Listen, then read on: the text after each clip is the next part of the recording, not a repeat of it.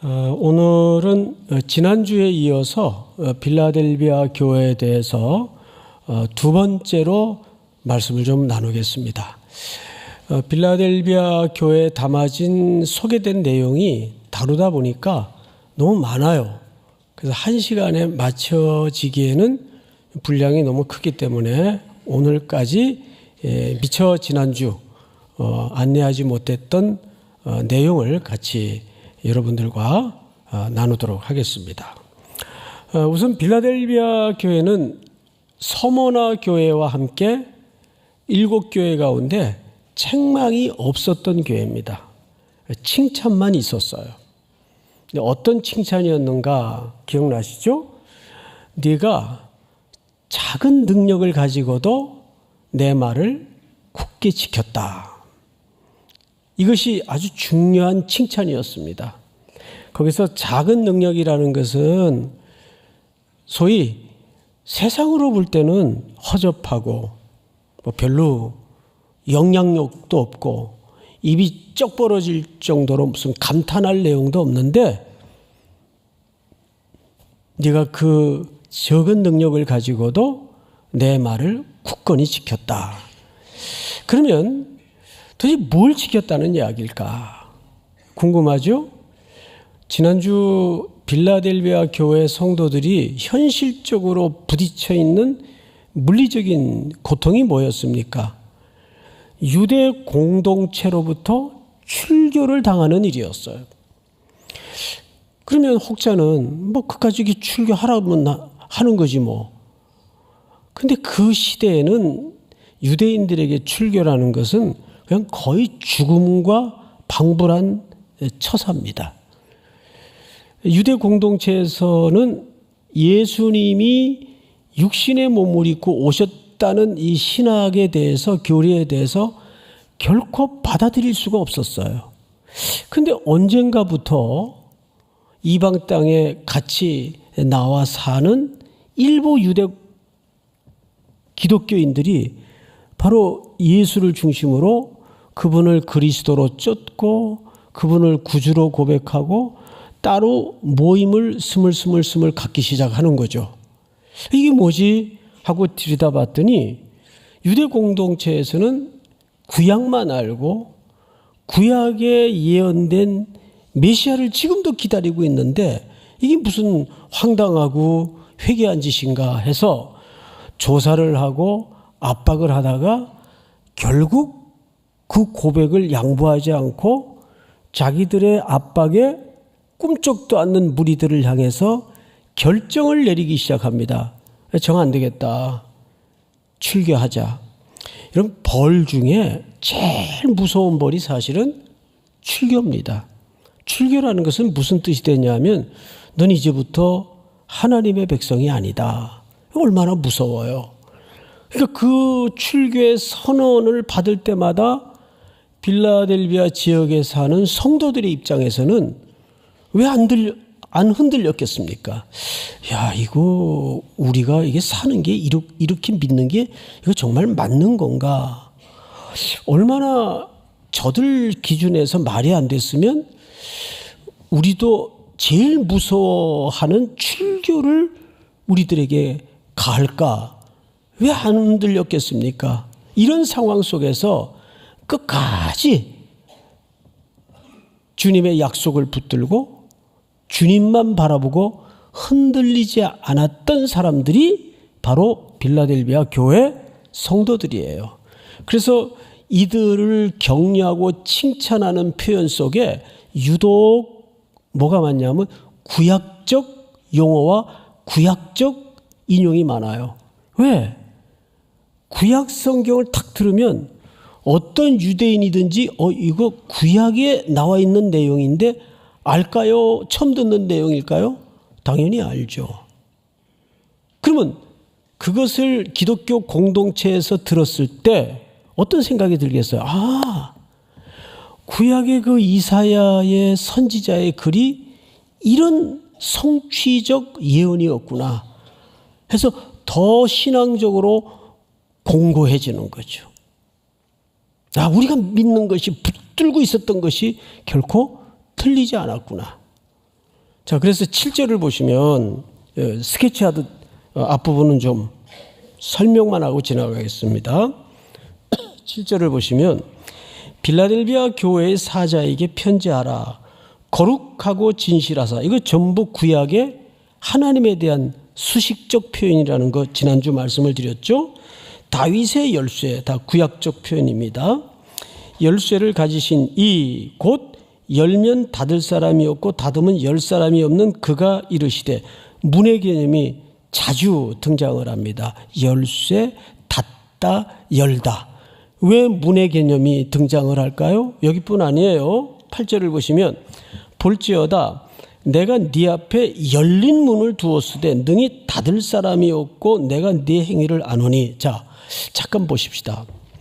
여기 주의 사자를 통해서 예수님이 왜 문이라는 개념을 자주 차용을 할까요? 바로 출교 문제 때문입니다. 출교라는 것은 뭐죠? 유대 공동체에서 아웃시키는 거예요. 문 밖으로 쫓아내는 거예요. 그런데 예수님께서 그들이 쫓아낸 그 문은 일시적이고 유한하고 옳은 문이 아니다. 걱정하지 마라. 그러면서 여러분 8절을 보세요. 볼지어다 내가 네 앞에 열린 문을 두었으되 능히 닫을 사람이 없으리라. 내가 네 행위를 아노니 네가 작은 능력을 가지고서도 내 말을 지키며 내 이름을 배반하지 않았다. 내 말을 지켰다. 내 이름을 배반하지 않았다. 이 말은 어떤 물리적이고 현실적인 막강한 압박이 지금 이들에게 가해져 있다는 뜻이에요. 그 압박에 그들이 양보하지 않고 물러서지 않았다 그 말이에요. 자, 그런데 성경을 마저 보십시다. 9절 보라 사탄의 회당 곧 자칭 유대인이라 하나 그렇지 아니하고 거짓말하는 자들 중에서 며칠 네게 주어 그들로 와서 네 발 앞에 절하게 하고 내가 너를 사랑하는 줄 알게 하리라. 장차 위대한 역전이 일어날 것을 암시하면서 동시에 오늘 성경 기자가 무슨 의미를 여기에 담고 있는가 하면 그들이 너희들을 쫓아내는 출교라는 이름으로 쫓아낸 그 회당은 사탄의 회당이다. 그 진짜 문이 아니다 그 말이에요. 서론 시간에 계시록을 쓴 서술 목적이 뭐라 그랬습니까? 가짜에 휘청거리고 가짜에 흔들거리는 세상을 향해서 진짜가 뭔지를 아느냐? 예수님이 진짜고 예수로 통과하는 그 문으로 들어가는 것이 진짜 문이다. 그래서 예수를 다윗의 열쇠, 구약의 예언된 성취의 정점의 인물로 소개를 하는 이유가 여기 있습니다. 그러니까 이 글을 읽고 들을 때마다 기독교인들의 입장에서는 우리가 붙들고 있던 이 진리와 이 가치가 정상적인 옳은 가치였구나. 예수님은 단호하게 거중만 붙들고 있는 그 회당을 중심으로 한 유대 공동체를 심지어는 뭐라고 고발을 하고 있죠? 사탄의 회당. 걱정하지 마라. 거기서 내몰리고 거기서 쫓겨났다고 인생이 무너지는 것도 아니고 흔들거리지 마라. 진짜 문이 바로 여러분들이 통과한 그 문이야말로 진짜 문이다. 그래서 예수님이 자기를 가리켜서 요한복음에도 뭐라 그래요? 내가 양의 문이다 그랬어요. 이 양의 문인 예수 그리스도 안으로 들어오지 않으면 전부 강도며 절도다 그 말이에요. 자, 그런데 이제 10절을 보십시다. 오늘 이 부분부터 좀 설명을 자세히 드리도록 하겠습니다. 10절 제가 좀 읽겠습니다. 네가 나의 인내의 말씀을 지켰은즉. 자, 앞을 보십시다. 제가 감기 지금 끝무렵에 이 장기침이 아직 남아서 여러분들 좀 불편해도 양해를 해주시기 바랍니다. 네가 나의 인내의 말씀을 지켰다. 여기 우리가 주목해야 될 표현 하나가 나의 인내의 말씀을 지켰다, 이 표현이에요. 그래서 이 대목을 이제 두 가지로 해석을 할 수가 있어요. 좀 어렵습니다. 그러니까 꼼꼼히 들으셔야 돼요. 첫째는, 자, 여러분 힘들 때 인내하십시오. 예수님이 말씀하셨어요. 인내를 강조했죠. 이거 누구 명령이에요? 예수님 명령이죠. 이것도 예수님의 명령이에요.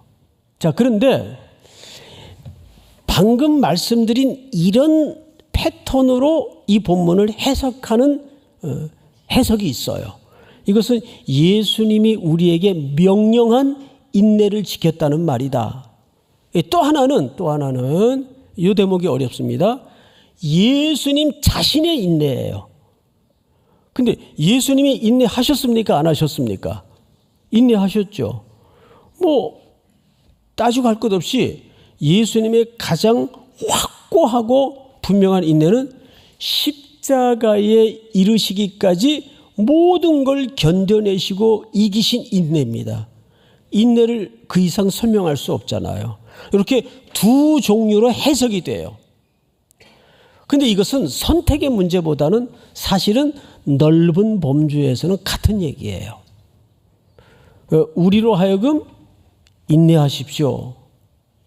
그렇게 명령하신 근거와 이유가 뭐냐 하면 예수님이 인내로 십자가에서 그 인내의 결말을 완성하시고 승리로 이루셨기 때문에 우리가 인내만 하면 예수님이 결실하신 그 인내의 목적지까지 이룰 수 있다는 포괄적인 얘기를 하는 거예요. 이거를 우리 칼빈주의를 믿고 있는 장로교에서는 교리적 표현이 하나 있어요. 많이 들어보셨을 겁니다. 성도의 견인이라는 말이 있어요. 들어보셨죠? 안 들어보셨어요? 들어보셨죠? 네. 그런데 성도의 견인할 때는 이런 오해를 가지고 견인을 이해하는 경우가 있더라고요. 고장난 차가 길바닥에 서 있는데 신고를 해가지고 레카차가 와서 탁 앞에 범퍼 끝에 걸어가지고 끌고 간다. 그러니까 견인하면 끌어당긴다라는 개념으로 이해를 해요. 자, 그런데 우리가 이제 자막을 좀 보면서 이게 그 의미가 아니라는 것을 한번 좀 알 필요가 있습니다. 띄워주세요. 성도의 견인, 또 인내라고 말할 수 있는데 이 인내는 우리가 보통 알고 있는 견인은 첫 번째 한자입니다. 이거는 끌인이에요. 근데 이 단어가 아니에요. 견인이 이끌다는 의미를 분명 갖고 있지만 우리 칼빈주의나 성경에서 말하는 견인이라는 말은 이 한자를 쓰지 않아요. 보면 두 번째 줄을 기억해 보세요.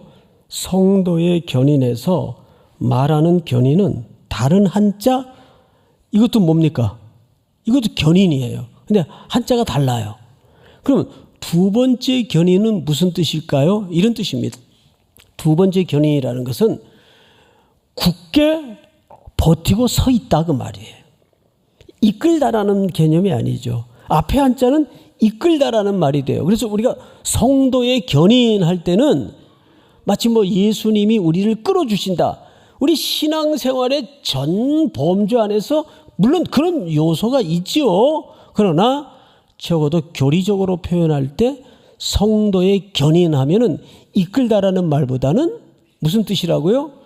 그 성도가 다시 말해서 하나님께 택정함을 입고 구원받은 자로 그 자리에 세워져 있는 사람들이 인생이라는 세월에 얹어져서 비바람을 맞으며 시간을 지내다 보면 흔들려요, 안 흔들려요? 흔들리죠. 휘청하죠. 무너지고 싶을 때도 있죠.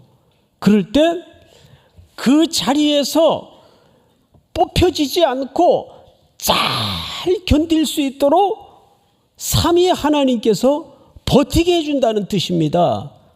결국 이 버티게 해주는 것도 내가 내 인내로 버티는 게 아니라 삼위 하나님이 버티게 해준다는 뜻이에요. 그래서 그 설명을 이렇게 합니다. 2페이지를 띄워주세요. 하나님께서 자기의 사랑하는 독생자 안에서 용납해 주시고, 용납하다는 말은 우리를 받아들이시고, 죄인이지만 예수의 피로 우리를 구속하셔서 죄값을 다 청산해 주시고 우리를 양자로, 아들의 영으로 받아주셨다 그 말. 용납이라는 말은 은혜죠. 그의 성령으로서 효과적으로 부르시고 또한 거룩하게 하신 자들은, 여기 성령으로서 효과적으로 불렀다는 말은 이런 의미입니다. 자, 우리가 예수를 믿게 된 것은 내가 스터디하고 머리 굴려서 이분이 예수구나 이렇게 믿게 됐다는 말이 아니고, 고린도전서 12장의 말씀처럼 성령의 역할과 기능 중에 제일 중요한 기능과 역할이 뭐냐 하면 예수님에 대해서 변호해 주세요. 그래서 성령으로 말미암지 않고는 누구든지 그리스도를 주라 시인할 자가 없느니라. 보니까 우리를 살려내셔서 눈에 흑암을 거두어 주시고 무지한 지혜를, 성령의 빛을 조명해서 열어주세요. 해서 우리로 하여금 죽었던 영혼들이 이제 영으로 생명의 씨가 들어와 살아나서, 우리가 모르고 있었던 이분이 하나님의 아들이시면서 왜 이분이 굳이 이런 가난한 육신의 몸을 입고 내려오셔서 죄값을 십자가에 지불하셔야 됐는가? 그 성경의 의미를 누가 열어주신다고요? 효과적으로? 성령님이 열어주시는 거예요. 그러니까 결국 우리가 깨닫고 우리가 믿는 것도 누구의 역할입니까? 성령 하나님의 역할이란 말이에요. 세 번째 줄, 은혜의 상태에서 전적으로 또는 최종적으로 타락될 수 없으며, 이 부분이 아주 매우 중요합니다. 구원이라는 것은 우리가 중간에 아무리 이상한 짓을 하고 뺀질거리고 우리의 상태가 흐물흐물해져도 그 여부와 그 여지에 따라서 궁극적으로 타락도 없고 궁극적으로 탈락도 없다 그 말이에요. 왜? 만약에 A라는 성도의 여지에 따라서 하나님이 이렇게 보시다가 얘를 그냥 포기해야 되나 어떻게 해야 되나, 없단 말이에요. 그런 적은, 그런 법도 없고. 왜 그럴까요? 만약에 우리의 행위 여부에 따라서 구원이 탈락되고 구원이 타락될 수 있다면 예수님이 십자가에서 죽으신 죄값을 지불한 최종적 승리와 그 완성도 변할 수 있어요, 없어요? 변할 수 있다는 얘기가 돼요. 그런데 그 십자가의 승리는 최종적 승리고 완전하고 충분한 구원의 완성이란 말이에요. 그래서 예수님이 십자가에 달리셔서 마지막 마디가 뭐냐면 다 지불하였다. 그 말이 다 이루었다 그 말이에요. 뭘 지불하신 거예요? 우리 죄값을 다 지불하신 거예요. 믿습니까? 그래서 은혜의 상태에서 전적으로 또는 최종적으로 타락될 수 없으며, 그들은 마지막 날까지 그 상태에 꾸준히 인내하여 머물러 있게 되며 또한 영원히 구원받을 것이라. 이것이 우리 장로교가 채택한 웨스트민스터 신앙 고백서 17장의 성도의 견인에 대한 정의입니다. 믿습니까? 이것은 우리 기독교의 장로교의 신학이 아니라 성경이 말하는 원칙이고 원리라는 말이죠. 다음 페이지를 좀 띄워주실까요? 성도의 견인이란 하나님의 택정함을 입은 성도는 끝까지 인내하여 구원을 놓치지 않는다 그 말이에요. 그러니까 여러분들이 약해서 때로는 넘어지기도 하고 휘청거리기도 하지만은 그 여부와 여지에 따라서 우리의 구원이 변개되거나 취소되는 법은 없다 그 말이에요. 누가 완성하셨기 때문에. 그래서 우리가 힘들고 공부할 때마다 우리의 시선을 고정해서 고정해서 끝까지 소망하고 끝까지 바라봐야 될 게 뭐냐면 십자가에 죽으신 예수 그리스도가 우리의 유일한 희망이고 소망일 수밖에 없는 거예요. 할렐루야. 다음 페이지를 넘겨주세요. 우리 한번 다 같이 읽어볼까요? 시작.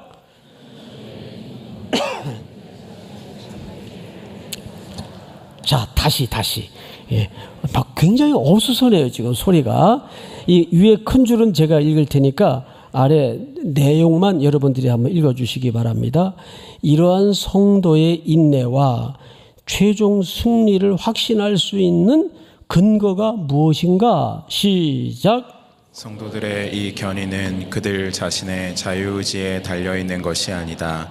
하나님 아버지의 자유롭고 변치 않는 사랑에서 나오는 예정의 불변성과 예수 그리스도의 공로와 중보의 효력과 성령의 내주하심과 그들 안에 있는 하나님의 씨로 말미암은 것이요 은혜의 언약의 본질에 달려있는 것이다. 두 가지를 기억하셔야 돼요. 내용 중에 하나님 아버지의 자유롭고 변치 않는 사랑에서 나오는 애정의 불변성. 여러분, 하나님의 사랑은 변덕스러운 사랑이 아니에요.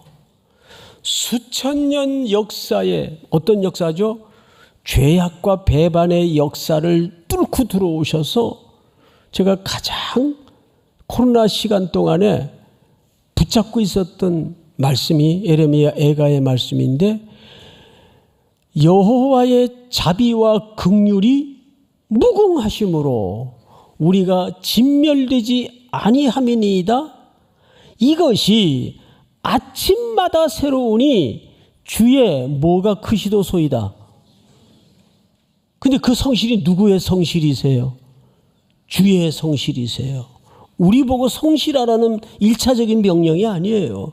주님이 이 지난한 시간과 역사 속에서 늘 엎어지고 흔들거리고 배반하고 엉뚱한 짓 하는 인생의 역사를 뚫고 오셔서 그 배반의 언덕을 넘어 일관성 있게 우리를 구원하시기 위해서 기어코 아들을 이 땅에 보내시더라고요. 그래서 갈보리 언덕에 아들을 매다시고 내가 받아야 될 죄의 죽음을 아들이 다 뒤집어 쓰신 거예요. 이게 무슨 설명을 더 이상 필요하겠습니까? 그것이 하나님이 저와 여러분들을 향한 이해할 수 없는 끈질긴 불변의 사랑이에요. 우리는 수없이 하나님을 떠나고 배반하고 돌아서고 엎어질지라도 하나님은 단 한 번도 내가 침 삼킬 틈조차도 나를 외면하시거나 나를 멀리하신 적이 없어요. 그것이 성도의 견인입니다. 다음 페이지를 볼까요? 성도가 견인할 수 있는 것은, 여기서 견인은 이끄는 견인이 아니에요. 그 삶의 자리에서 꿋꿋하게 버티는 능력을 얘기합니다. 순종을 얘기합니다. 성도가 견인할 수 있는 것은 스스로의 능력과 실력 때문이 아니다. 삼위 하나님의 보호하심과 인도하시고 이끄심 때문이다. 이 모든 신적 효력들이 어우러져서 성도의 삶은 인내로 열매 맺어 끝내 승리한다는 것이 성도의 견인 곧 성도의 굳건한 인내와 관련된 교리이다. 지금 무슨 얘기냐면, 그러면 우리 인간에게서 감당해야 될 삶의 몫은 뭘까요? 세워놓은 그 자리, 세워진 그 위치에서 인내하는 거예요. 인내만 하면 반드시 하나님이 아들 그리스도를 통해서 만들어 놓으신 최종적 결실과 열매를 우리가 만지게 되고 누리게 된다는 뜻입니다. 근데 그 인내마저도 우리 보고, 자, 난 할 일 다 했으니까 너희들 뭐 한번 해봐라, 그러시는 게 아니에요. 끊임없이 성령님을 보내시고 예수님이 중보하시고 하나님이 개입하셔서 우리를 인내케 하시고 최종적 꼬린 지점, 목적지까지 만들어 놓으신다는 걸 얘기하는 겁니다. 이것이 성도의 견인이 갖는 완전한 설명이에요. 믿습니까? 자, 마지막 페이지를 볼까요? 내 인내의 말씀을 지켰다는 예수님의 빌라델비아 교회를 향한 평가는, 예수님이 그랬죠. 내 인내의 말씀을 너희가 지켰다. 평가는 그들이 환난 중에도 배반하지 않고 인내했음을 의미하는 것입니다. 그러니까 이 인내는 누구 몫이었어요? 빌라델비아 교회 성도들의 몫이었어요. 세차게 출교의 위협 속에, 경제적인 파탄 속에, 물리적인 공격 속에 비난과 모함과 모욕을 뒤집어 쓰고 있지만, 거기에서 빌라델비아 교회 성도들이 세상 평가와 기준에서 볼 때는 그냥 적은 능력을 가진 자예요. 무기력한 자예요. 그런데 오로지 그들에게 한 가지 칭찬받을 내용이 있다면, 마지막 소망의 목적지이신 예수 그리스도, 십자가에 죽으신 예수 그리스도만 바라보고 그냥 그 자리에서 버티는 거예요. 여러분, 이 싸움이 쉬웠겠어요? 쉬웠겠어요? 그래서 이 부분을 11절에서 이렇게 소개합니다. 내가 속히 오리니. 아멘. 저는 이 단순한 한 문장만 받아들어도 막 가슴에 이 표현보다 위로가 될 수 있는 말이 없어요. 주님이 다시 안 오면 어떡할 뻔했어요. 에? 여러분들 삶 속에 흘러내렸던 가슴앓이와 수많은 눈물들을 누가 닦아주겠어요? 그 억울했던 시간들, 그 참 기가 막혔던 세월들을 누가 알아주겠어요? 여러분, 사람이라는 것은 누가 하나 내 편이 있으면 사는 거예요. 예? 맞죠, 여러분? 그 어느 영화를 보니까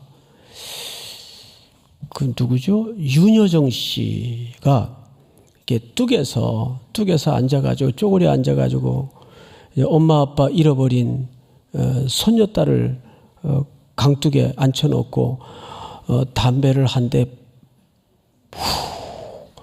얼마나 멋져 보이든지, 응? 철학적으로 멋져 보였다 그 말이에요. 담배 피지 마세요. 예. 그 왜 숨쉬라고 만들어 놓은 콧구멍을 굴뚝으로 만들어요? 예? 건강에도 안 좋은 걸 갖다가 그런 얘기를 해요.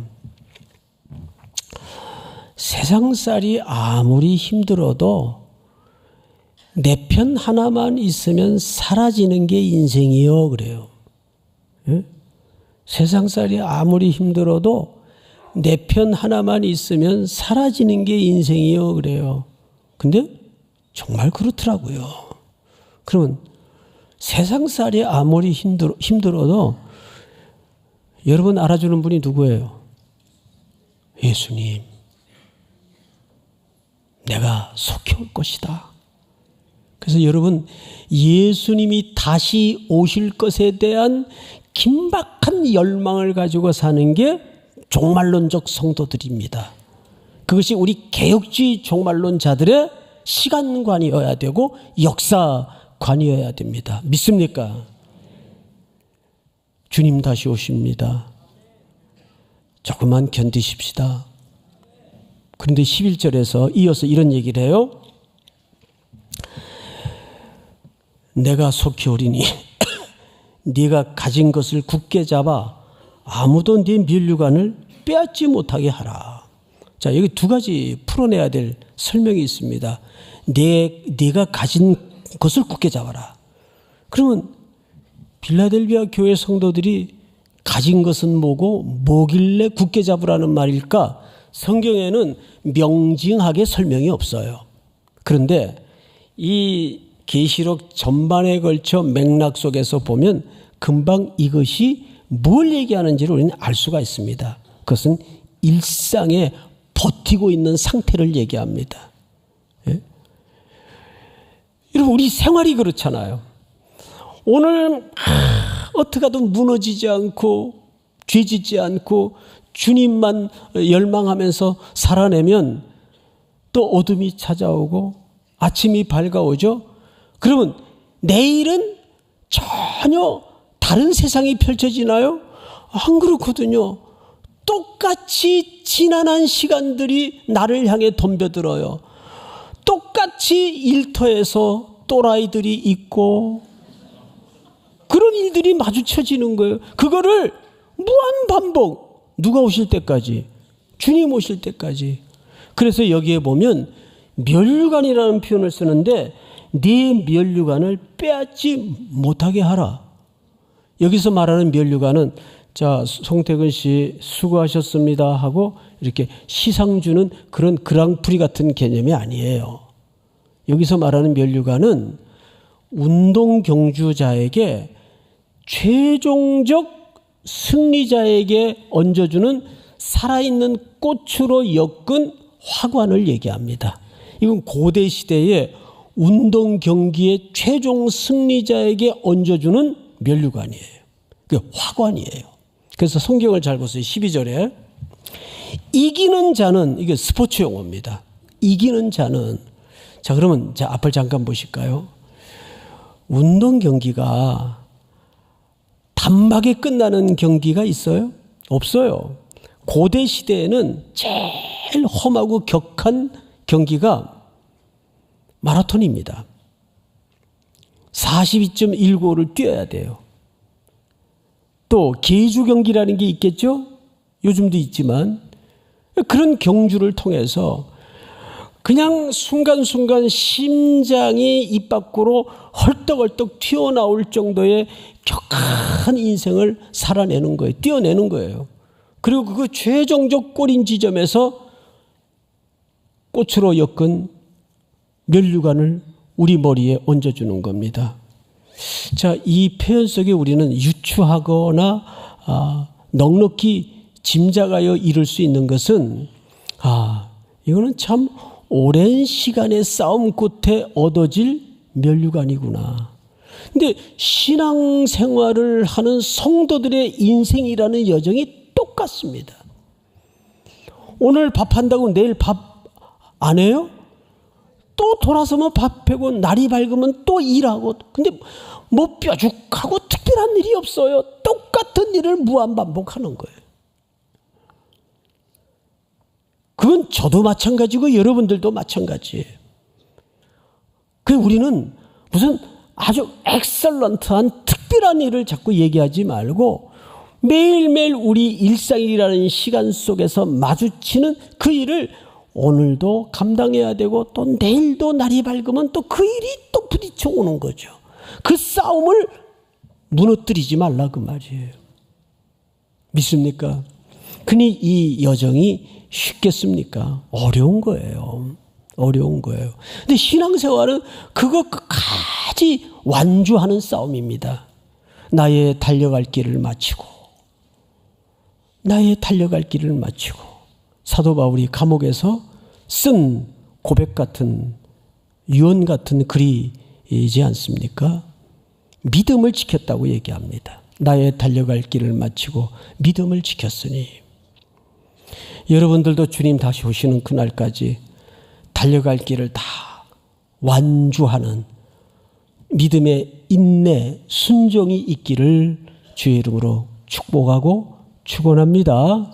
이제 그런 자에게 뭘 약속하시는가? 두 가지를 약속해요. 첫째는 12절 하반절을 보시면 이기는 자는 내 하나님 성전에서 뭐가 되게 하리니? 기둥이 되게 하리니 그가 결코 다시 나가지 아니하리라. 앞을 보실까요? 여기 그 기둥같이 된다. 첫 번째 약속이에요. 집을 떠받치는 제일 중요한 구조물이 기둥입니다. 우리 그렇잖아요. 집에서도 장남 같은 경우를 두고 옛날에 어르신들이 보통 뭐라 그랬어요? 너가 우리 집의 대들보다, 너가 우리 집의 기둥이다. 여러분 그런 소리 듣고 잘하셨나요? 저는 그런 소리 별로 들은 적이 없어요. 늘 뭐가 되려고 그러니? 제가 하도 엉뚱한 일을 많이 하니까, 엉뚱한 생각을 많이 하고 엉뚱한 짓을 많이 하니까 어머님이 늘 그랬어요. 넌 뭐가 되려고 그러니? 종잡을 수가 없다. 이런 말을 제일 많이 들었지. 너는 우리 집안의 장남이니까 넌 기둥 참 돼야 된다. 그런 기대는 별로 없으셨던 것 같아요. 근데 이제 천국 가면 만나뵙고 한번 여쭤보고 싶어요. 자, 그런데 기둥이 뽑혀나가면 집은 무너집니다. 근데 놀랍게도 하나님께서 그렇게 분투 끝에 완주하고 인내를 감당한 하나님의 택한 백성들에게 뭘 약속하냐면 너희를 집에, 무슨 집에? 내 아버지의 집에, 내 아버지의 집에 기둥 같은 존재로 세울 것이다. 다시는 나가는 일이 없을 것이다. 뭘 염두에 둔 발언이죠? 너희들은 그 사탄의 회당 같은 유대교에서 출교당했다고 걱정하고 염려하느냐? 그거는 다 가짜다. 거기에서 쫓겨났다고 조금 더 염려하지 마라. 제가 지금도 잊을 수 없는 게 IMF 탁 터졌는데 다음 주부터 목양실로 우리 집사님들, 젊은 청년들 들어와서 막 눈물이 그렁그렁 맺혀가지고 울어요. 목사님 저 구조조정 당했어요. 난 그런 경제 용어를 들어본 적이 없어요. 그때까지만. 이게 뭔 소린가 했어요. 그래서 그냥 이게 무슨 이렇게 한대로 보직 변경이 됐나 보다. 그 정도인 줄 알았는데 그게 해고당한 거더라고요. 얼마나 우리 아들, 딸들이, 남편들이 대책 없이 거리로 내몰렸습니까? 쫓겨나는 거죠. 세상에 먹고 사는 직장에서 쫓겨날 때도 사실 한 가정이 위기를 겪고 세상이 끝나는 것 같고 무너지는 것 같은 느낌이 들 텐데, 그런데 내 아버지 집에 지금도 현실이겠지만 더 리얼리티의 영원한 삶의 시간이 남아있는데 그 집에서는 그렇게 분투하여 마지막까지 견뎌낸 하나님의 택한 백성들에게는 쫓겨나는 일이 없을 것이다. 출교로 걱정하는 일이 없을 것이다. 요한계시록 시작할 때 서론 시간에 뭐라 그랬어요? 이 책을 쓴 서술 목적이 뭐라 그랬어요? 그런 가짜의 것에 일시적이고 유한하고 제한적인 잠시 있다가 사라질 안개와 같은 것들에 너무 목매어서 전전긍긍하고 내가 이 행렬에서 이탈되면 어떡하나, 떨어지면 어떡하나 걱정하지 마라. 진짜가 있다. 진짜가 영원한 하나님의 나라, 예수의 나라가 있다. 거기에 우리를 뭘로 넣으신다는 겁니까? 기둥 같은 일꾼으로.